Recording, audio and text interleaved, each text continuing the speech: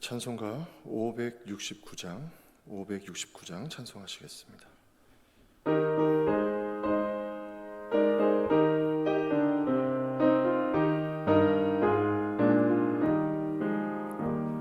선한 목자 되신 우리 주 항상 인도하시고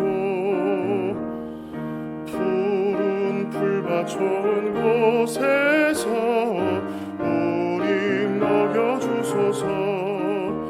선한 목자 구세주여 항상 인도하소서. 선한 목자 구세주여 항상 인도하소서. 양의 문이 되신 예수여 우리 영접하시고 길을 잃은 양의 무리를 항상 인도하소서. 선한 목자 구세주여 기도 들어주소서. 선한 목자 구세주여 기도 들어주소서. 흠이 많고 약한 우리를 용납하여 주시고 주의 넓고 크신 은혜로 자유 얻게 하셨네. 선한 목자 구세주여 지금 나아갑니다. 선한 목자 구세주여 지금 나아갑니다. 일찍 주의 뜻을 따라서 살아가게 하시고 주의 크신 사랑 베푸사 따라가게 하소서. 선한 목자 구세주여 항상 인도하소서. 선한 목자 구세주여 항상 인도하소서.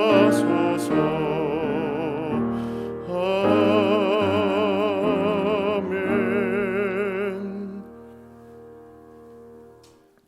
하나님 말씀은 누가복음 9장 1절부터 17절까지 말씀입니다. 누가복음 9장 1절부터 17절까지 말씀 제가 받들어 봉독하겠습니다.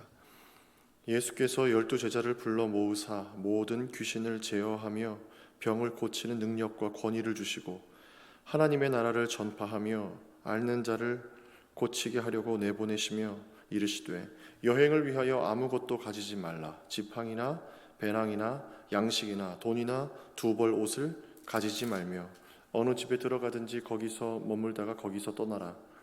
누구든지 너희를 영접하지 아니하거든 그 성에서 떠날 때에 너희 발에서 먼지를 떨어버려 그들에게 증거를 삼으라 하시니 제자들이 나가 각 마을에 두루 다니며 곳곳에 복음을 전하며 병을 고치더라.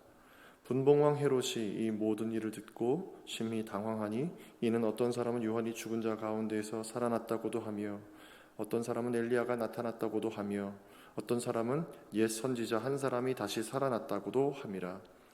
헤롯이 이르되 요한은 내가 목을 베었거늘 이제 이런 일이 들리니 이 사람이 누군가 하며 그를 보고자 하더라.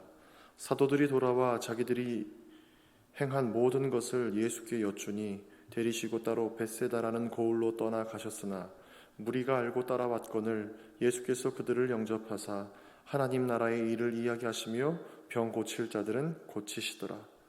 날이 저물어 가매 12 사도가 나와 여짜오되 무리를 보내어 두루 마을과 촌으로 가서 유하며 먹을 것을 얻게 하소서. 우리가 있는 여기는 빈들이니이다. 예수께서 이르시되 너희가 먹을 것을 주라 하시니 여짜오되 우리에게 떡 5개와 물고기 2마리밖에 없으니 이 모든 사람을 위하여 먹을 것을 사지 아니하고서는 할 수 없사옵나이다 하니 이는 남자가 한 5,000명 됨이러라. 제자들에게 이르시되 때를 지어 한 50명씩 앉히라 하시니 제자들이 이렇게 하여 다 앉힌 후 예수께서 떡 5개와 물고기 2마리를 가지사 하늘을 우러러 축사하시고 떼어 제자들에게 주어 무리에게 나누어 주게 하시니 먹고 다 배불렀더라. 그 남은 조각을 12바구니에 거두니라. 아멘. 네, 설 명절 보내시는 개포의 모든 성도님들 가정마다 주님의 평화와 사랑과 은혜가 함께 하시기를 축복합니다. 오늘은 2월의 첫 번째 날로 누가복음 9장의 본문을 가지고 하나님의 역사와 성도의 삶이라는 제목으로 말씀을 전하겠습니다. 짐승이 사냥을 할 때 온몸의 감각을 목표물에 집중한다고 합니다. 치타는 먹이를 사냥하기 위해서 120km로 달리기도 하고, 호랑이는 단번에 5m를 점프해서 먹이를 사냥한다고도 합니다. 목표물을 얻기 위해서 그 목표에 온 힘과 온 신경을 집중한다라는 것이죠. 마태복음 6장 22절에 눈은 몸의 등불이니 그러므로 내 눈이 성하면 온몸이 밝을 것이요 라고 말씀합니다. 그러니까 눈이 성하면을 영어 성경 킹 제임스 버전에서는 싱글 포커스라고 번역하고 있습니다. 싱글 포커스, 초점이 하나다라는 뜻이에요. 그리고 23절에 눈이 나쁘면 온몸이 어두울 것이니 그러므로 내게 있는 빛이 어두우면 그 어둠이 얼마나 더하겠느냐라고 말씀하는데, 여기서 눈이 나쁘면은 킹 제임스 버전에서 더블 포커스라고 번역하고 있어요. 초점이 2개다라는 거예요. 그러니까 좋은 눈은 초점이 하나인 거고 나쁜 눈은 초점이 2개다라는 거예요. 성도는 어떤 사람이냐? 성도는 싱글 포커스로 살아가는 사람입니다. 예수님이 그렇게 하셨기 때문이에요. 예수님의 공생애를 살펴보면요, 예수님이 공생애를 시작하실 때 이렇게 말씀하셨어요. 회개하라, 천국이 가까이 왔느니라. 그리고 예수님께서 행하신 기적은 곧 표적이라고 하는데, 이것은 무엇을 보여주는 것이었냐면 하나님 나라를 보여주는 것이었어요. 예수님은 하나님 나라를 증거하시고 하나님 나라를 보여주시고 무리들로 하여금 하나님 나라를 경험하게 하셨습니다. 그러니까 하나님의 나라는 우리가 앞으로 죽어서 가게 될 나라에 제한되는 것이 아니라 예수님을 믿은 지금 우리의 삶에서 실제이며 현실로 경험하는 것이 하나님 나라라는 거예요. 그러기 위해선 하나님의 섭리와 역사와 능력을 믿어야 됩니다. 그때 하나님 나라를 경험할 수가 있어요. 여러분에게 이 믿음이 있으십니까? 오늘 본문에서 성도가 집중해야 하는 2가지 삶의 모습을 볼 수가 있습니다. 첫 번째는 무엇이냐면 하나님 나라를 증거하는 삶입니다. 성도가 집중해야 되는 삶의 첫 번째는 하나님 나라를 증거하는 삶입니다. 예수님께서 제자들에게 사명을 주시는데요, 1절 2절에, 오늘 본문 1절 2절에 이렇습니다. 예수께서 12제자를 불러 모으사 모든 귀신을 제어하며 병을 고치는 능력과 권위를 주시고 하나님의 나라를 전파하며 앓는 자를 고치게 하려고 내보내시며, 예수님께서 제자들에게 사명을 주시면서 동시에 능력과 권위를 주셨어요. 제자들의 첫 번째 사명은 하나님 나라를 전파하는 것이었습니다. 따라서 교회의 사명 또한 첫 번째 사명은 무엇이냐? 하나님 나라를 전파하는 것입니다. 증거하는 거예요. 그리고 앓는 자를 고치게 하셨다라고 말씀하세요. 병을 고치며 아픈 사람들을 낫게 하는 것은 메시아에 대한 구약의 예언을 성취하는 것을 보여주고 있습니다. 그러니까 예수님이 어떤 분이냐? 구약에 예언된 그리스도, 메시아가 바로 예수님이다 라는 것을 보여주는 사건이 병든 자를 낫게 하는 사건이었다라는 것입니다. 예수님은 사도들과 함께 유익을 얻거나 더 대접을 받으시려고 하거나 아니면 더 유명해지시기 위해서 병든 자를 치료하지 않으셨습니다. 오직 하나님 나라와 복음 전파를 위해서, 그리고 말씀의 성취를 위해서 사역하셨습니다. 그러면서 제자들에게 하나님 나라를 전하는 원칙을 이렇게 말씀하세요. 첫 번째로 3절에 여행을 위하여 아무것도 가지지 말라. 지팡이, 배낭, 양식, 돈, 2벌 옷. 그리고 4절에 어느 집에 들어가든지 거기 머물라. 그리고 5절에 영접하지 아니하거든 발에서 먼지를 떨어버려 증거로 삼아라 이렇게 말씀하세요.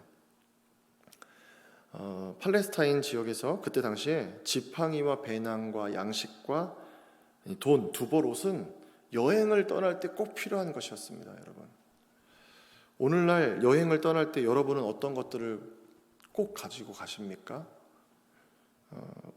요즘 같으면 이제 핸드폰, 또 여벌 옷, 세면도구, 이 정도는 거의 기본으로 챙겨가는 것 같습니다. 과거에는 이제 여행을 휴가 때 이렇게 여행을 가실 때 밥솥도 가지고 가셨다고 하더라고요. 압력밥솥도. 네. 저희 집도 어디 한번 가려면 난리가 납니다. 아이들 짐 챙기고 어른 짐 챙기고 애들 데리고 식당 다니기가 마땅치 않다고 햇반 챙기고 밑반찬 챙기고 라면 챙기고 집을 떠나는 이 짐이 피난 가는 수준입니다. 피난 가는 수준. 그러면 이거 어떻게 되냐면 짐 싸다가 진을 다 빼요. 짐 싸다가. 하나님 나라 복음을 전하러 가는데 예수님이 많은 짐을 챙기지 말라고 하십니다. 왜냐하면 이런 의미가 있어요. 복음을 전하는데 온전히 집중하라는 거예요. 짐 챙기는데 신경 쓰지 말고 하나님 나라 복음을 전하는데 포커스 온 해라. 집중해라. 짐 챙기고 주머니 챙기고 돈 챙기면 여기저기 마을 돌아다닐 때 돈이 얼마나 많나, 짐이 얼마나 있나, 내 짐이 어디 있냐 챙기면서 신경이 다른데, 마음이 다른데 뺏길 수 있기 때문입니다. 그리고 어느 집에 들어가든지 머물다가 그대로 떠나라고 말씀하세요. 그러니까 어느 집에 가서 복음을 전할 때 영접하든지 그 집에 머물라는 거예요. 그 집이 좋든지 그렇지 않든지 상관하지 말고 머물라는 것입니다. 더 편안하거나 사회적으로 저명한 높은 사람의 집으로 옮기거나 하는 마음, 인간적인 마음으로 사역하지 말라는 것이에요. 오늘날 이 말씀을 우리에게 적용한다면 우리는 이 땅에서 하나님 나라를 증거하며 살아가는 성도여야 하는데, 그럼 우리 삶에서 가장 중요한 것이 하나님 나라가 되어야 하고 나아가 하나님 나라를 증거하는 삶을 살아야 한다는 것입니다. 그 하나님 나라를 지금 우리는 어떻게 증거하면서 살아갈 수 있느냐? 첫 번째로 많은 것을 갖지 말라는 거예요. 왜? 하나님이 책임지시기 때문에. 성도로 살면서 세상 사람들이 다 가지려고 하는 것을 다 가지려는 삶을 아니라 하나님이 주시는 것을 사모하면서 살라는 말씀입니다. 두 번째는 하나님 나라가 우리 인생의 최우선순위여야 한다는 거예요. 우선순위가 정돈된 목적 있는 삶을 사셔야 한다는 겁니다. 세상 일이 잘 되면 하나님 나라를 섬기는 것이 아니라 세상 일과 상관없이 하나님 나라를 먼저 섬기는 사람, 그 사람이 진짜 성도라는 말씀이에요. 세 번째로는 자기의 힘이 아니라 하나님이 주신 힘과 하나님의 공급으로 사역을 감당하라는 거예요. 삶을. 많은 돈, 여벌 옷, 이게 있어야지 전도를 갈 수 있는 것이 아니라는 거예요. 내 것으로 하는 것이 아니라 예수님께서 제자들에게 뭘 주셨다고요? 능력과 권위를 주셨다고요. 주님이 주시는 것으로 하라는 거예요. 그래서 하나님 나라 복음을 전하는 데에 우리의 자격이나 학력이나 조건이나 이런 게 필요한 게 아니에요. 뭐가 필요하냐? 주님이 주시는 능력과 권위, 그걸 받는 믿음만 있으면 되는 것입니다. 영접하지 않는 자들에게는 발에 먼지를 떨어버리라고 했는데, 이는 이제 그때 당시 문화적으로 보면 나는 더 이상 이 집에 상관하지 않겠다, 이런 의미입니다. 다른 말로 하냐면요, 하나님 나라 복음을 전하는 일이 너무 중요하고 급한 일이기 때문에 영접하지 않는 곳에서 시간을 지체하지 말라는 거예요. 예수님의 이 말씀 마치 응급실을 연상케 합니다. 응급실에는 많은 고가의 장비가 있지 않습니다. 최소한의 생명 보존을 위한 응급 물품과 응급 장비들이 있을 뿐입니다. 왜냐하면 응급실의 목적은 환자를 완치시켜서 돌려보내는 것이 아니라 환자가 제대로 치료를 받을 수 있도록 생명을 보존하는 데 목표가 있기 때문이에요. 가장 급한, 생명 유지에 가장 급한 것을 하는 곳이 응급실입니다. 여러분 주변에도 영혼의 응급실이 필요한 분들이 있을 줄 압니다. 말씀이 필요한 분, 예수님이 필요한 분이 여러분 주변에 있잖아요. 여러분 가족 중에도 그분들에게 하나님 나라를 전하시기를 바랍니다. 여러분이 믿음으로 전할 때 하나님께서 능력과 권위를 주셔서 그 영혼들의 마음을 여시고 그 영혼을 구원으로 인도하실 줄로 믿습니다. 이 믿음을 갖고 하나님 복음을 전하는 여러분 되시기를 바랍니다. 두 번째 성도의 삶은 어떤 삶이냐? 삶이 되어야 하느냐? 하나님 나라를 경험하는 삶이어야 합니다. 전도를 나갔던 사도들이 예수님께 돌아와 보고를 합니다. 전도가 성공적이었어요. 왜냐하면 무리들이 따라온 것 같아요. 그러자 예수님께서는 휴식을 취하고자 제자들을 데리고 벳세다라는 마을로 가세요. 갈릴리 지역의 북쪽에 있었던 도시였는데 그곳으로 가십니다. 그런데 무리들이 그곳까지 따라왔어요. 그때 예수님은 어떻게 하셨느냐? 11절, 무리가 알고 다 따라왔거늘 예수께서 그들을 영접하사 하나님 나라의 일을 이야기하시며 병 고칠 자들은 고치시더라, 이렇게 말씀하세요. 오늘 본문에 보면은 되게 중요한 단어가 있는데 예수님께서 그들을 어떻게 하셨다? 영접하셨다라는 거예요. 영접하셨다. 영접이란 이 헬라어로 아포데코마이인데 이 단어는 디모데전서 2장 3절에도 사용됐습니다. 디모데전서 2장 3절은 이것이 우리 구주 하나님 앞에 선하고 받으실 만한 것이니, 여기서 받으실 만하다라는 의미가 이 바로 아포데코마이입니다. 예수님께서 그들을 영접하셨다는 것은 무리들이 복음에 대한 열심을 갖고 예수님을 따랐다는 것이고 예수님께서 그것을 기뻐하면서 그들을 맞이하셨다라는 거예요. 예수님을 기쁘게 사모하며 따르는 여러분 되시기를 축복합니다. 신앙생활하면서 우리는 점점 더 예수님을 날마다 더 사랑할 수 있어야 돼요. 근데 문제는 뭐냐면 날이 저물어 가게 됐다는 거예요. 사도들이 예수님께 무리들을 집으로 돌려보내자고 합니다. 왜냐하면 여긴 빈들이기 때문에 이제 밥을 먹일 수가 없었기 때문이에요. 그러나 예수님은 제자들에게 이렇게 말씀하세요. 너희가 먹을 것을 주라. 당황스러운 말씀이죠. 예수님의 말씀에 사도들이 자기들이 있는 걸 찾아보니까 떡 5개와 물고기 2마리였어요. 요한복음 6장에 보면 이건 한 아이의 도시락이었다라고 말씀합니다. 그러니까 어른의 도시락도 아니고 아이의 도시락이었어요. 이런 제자들에게 남자 5,000명, 여자와 아이까지 하면 2만 명에게 먹을 것을 주라고 하신 예수님의 말씀은 당황스러울 수밖에 없죠. 문제는 뭐냐면 우리의 영적인 건망증은 하나님의 역사를 금세 잊어버리게 한다는 것입니다.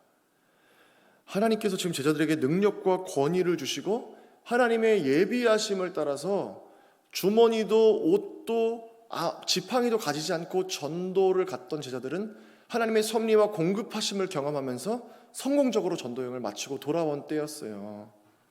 그런데 지금 막상 닥친 이 문제, 몇천 명을 이 도시락 하나로 어떻게 먹이느냐, 이런 숫자의 문제 앞에서 제자들은 허둥지둥 당황하고 있습니다. 사랑하는 여러분, 어떤 때라도 우리의 문제보다 하나님이 더 크시다는 사실을 잊지 않은 여러분 되시기를 축복합니다. 예수님은 제자들에게 사람들을 50명씩 앉히도록 명하세요. 그리고 이 떡 5개와 물고기 2마리를 가지고 축사하십니다. 감사 기도를 하셨다는 거예요. 이 작은 것 갖고 하나님께 감사의 기도를 드리셨어요. 그리고 떼어서 무리에게 나누어 주게 하십니다. 여기서 사용된 헬라어, 예수님이 떼어주시는 이 헬라어 동사의 시제는 미완료 과거형으로 쓰여 있어요. 무슨 의미냐면요, 예수님의 떼어주시는 행위가 멈추지 않았다는 거예요. 계속 떡을 떼주셨다는 거예요. 그때 5,000명이 먹고도 12광주리가 남는 역사가 있었습니다. 오병이어 사건은 우리에게 예수님은 자기를 따르는 자들을 영접하시는 사랑의 주님이심을 보여주십니다. 언제나 예수님을 사랑하며 따라가셔야 돼요. 그리고 자기를 따르는 자들의 필요를 보시는 분이 예수님이셨어요. 제자들은 무리들을 돌려보내고자 했습니다. 하지만 마가복음 6장에 보면 예수님께서는 무리들을 목자 없는 양같이 보시고 불쌍히 여기셨어요. 불쌍히. 그래서 그들을 영접하셨어요. 예수님은 우리 인생살이의 고난과 어려움, 고생과 아픔을 모르시는 분이 아니에요. 육체로 오셨기 때문에 그 모든 것을 다 아시는 분이십니다. 그리고 그래서 우리의 필요도 아세요. 예수님을 따르는 자들에게 예수님이 회복시키고 채워주시는 은혜가 있습니다. 말씀드렸지만 그분은 지금도 우리를 위해서 자기의 몸을 떼어주시는 분이세요. 생명의 떡을. 미완료 과거라고요. 과거에서부터 떼어주시는 떡이 완료되지 않았다라는 거예요. 오늘도 예수님은 여러분을 위해서 자기의 몸을 떼어주시는 사랑의 주님이신 줄로 믿으시기를 바랍니다. 또 오병이어 사건은 우리에게 뭘 알려주냐면 사람의 자원은 제한되어 있지만 하나님의 능력은 제한이 없다라는 거예요. 여러분, 그래서 하나님의 사역을 감당할 때 천국을 경험하는 방법은 어떤 것이냐? 나를 바라보는 게 아니라 하나님을 바라보는 것입니다. 하나님을. 그럼 오늘날 많은 성도들이 복음성가들을 좋아하는데, 복음성가들의 많은 좀 안타까운 점이 뭐냐면 나한테 너무 집중해요. 내 고난, 내 문제, 내 거, 요거를 하나님 위로해 주시고 공감해 주시고 회복시켜 달라고, 그런 곡들이 많거든요. 자기 연민에 빠지고 막. 근데 우리는 그렇게 하면, 그런 문제 앞에서는 어떻게 하냐면 하나님을 바라봐야 돼요. 나를 바라보지 말고 크신 하나님을 바라보는 여러분 되시기를 축복합니다. 또 세 번째로는 예수님은 모든 선지자들보다 가장 큰 분임을 증거하는 사건이에요. 열왕기하 4장에 보면 엘리사가 보리떡 20개로 100명을 넘게 먹이는 사건이 있거든요. 근데 오늘 본문에는 예수님이 보리떡 5개 물고기 2마리로 5,000명 남자만 먹이는 사건을 보여주고 또 12강주가 남는 걸 보여주는 거예요. 그러니까 예수님은 구약에 예언되었던 선지자 중에 선지자로 오늘 증거가 되고 있는 거예요. 이 말씀에서. 그럼 마지막으로 예수님께서는 계속해서 떡을 떼주셨다라는 거죠. 앞에서 말씀드렸지만 12강주리가 남았어요. 오병이어 사건은 천국의 예표입니다. 천국은 예수님이 주시는 생명의 떡을 먹고 가는 곳이에요. 근데 그곳에 뭐가 있습니까? 기쁨과 풍성함이 있다는 거예요. 무리들은 배고팠고, 무리들은 기진했고, 무리들은 불쌍히 여김을 받을 만한 상황이었어요. 근데 그들에게 예수님이 떡을 떼어주실 때 그들에게 12강주리가 남았다는 거예요. 그 자리에 얼마나 기쁨이 충만했겠습니까? 배불러서 더 이상 못 먹겠다라는 말이 나오면서 그 기쁨이 얼마나 충만했겠어요. 예수님 앞에 가서 예수님이 주시는 거 먹을 때 우리에게 풍성한 기쁨이 있는 줄로 믿습니다. 여러분 어디서 기쁨을 찾고 계십니까? 여러분 어디서 만족을 구하고 계십니까? 예수님은 우리의 작은 것도 풍성하게 바꾸시는 분이세요.